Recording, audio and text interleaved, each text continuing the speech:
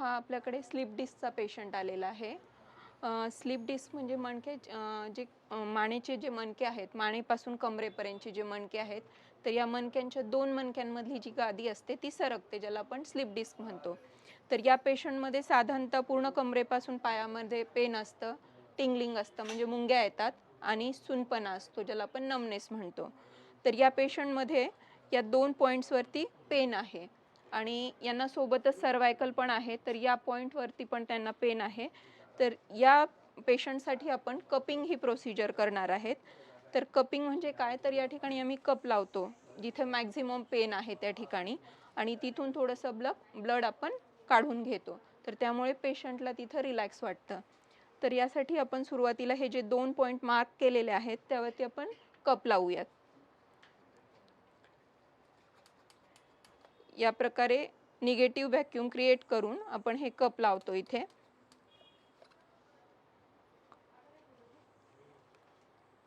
त्याच्यानंतर हे कप आपण परत रिमूव्ह करून घेणार आणि तो एरिया क्लीन करून घेणार.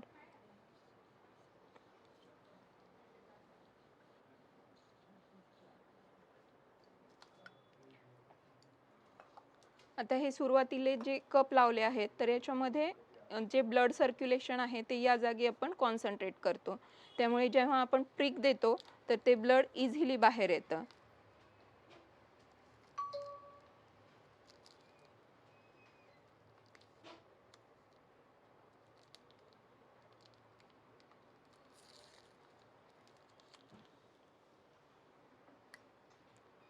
तर या पद्धतीनं ही जी निडल आहे याच्या सहाय्याने आपण काही प्रिक्स पेशंटला लावून घेऊयात. काका थोडा लांब लांब श्वास घ्या. घ्या लांब लांब श्वास. परत घ्या लांब लांब श्वास. बस. आता परत आपण हे व्हॅक्यूम क्रिएट करण्यासाठी कप लावूयात.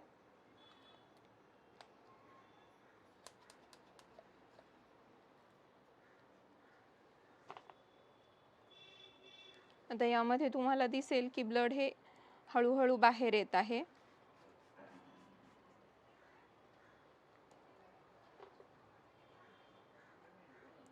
हे जे अशुद्ध रक्त किंवा साकाळलेलं रक्त जे आपण म्हणतो ते याच्यामध्ये बाहेर येतं आणि ते बाहेर जेव्हा पडतं तर पेशंटला तेथील त्या ठिकाणचं जे पेन आहे ते पेन कमी होतं. येऊ दे इथे एक घे. तर हा जो सेकंड कप आहे हा पण आपण याच पद्धतीने लावून घेऊयात.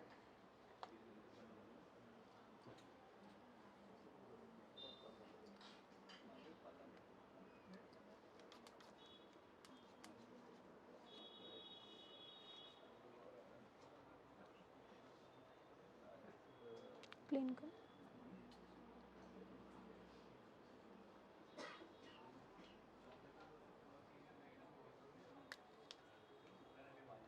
लांब लांब श्वास घ्या काका. घ्या. फिनिश. Very good.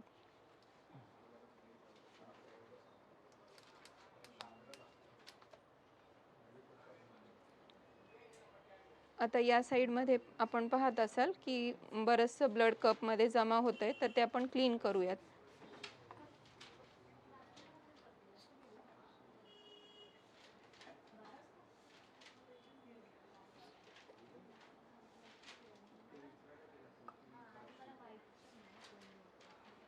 परत हे कप आपण तिथेच लावूयात.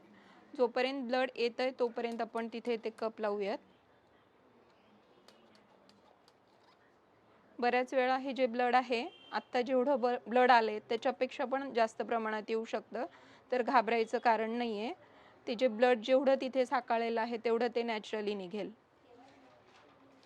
आपण या कपकडे पहा, इथे पण काही ब्लड जमा झालेलं आहे ते आपण क्लीन करून घेऊयात.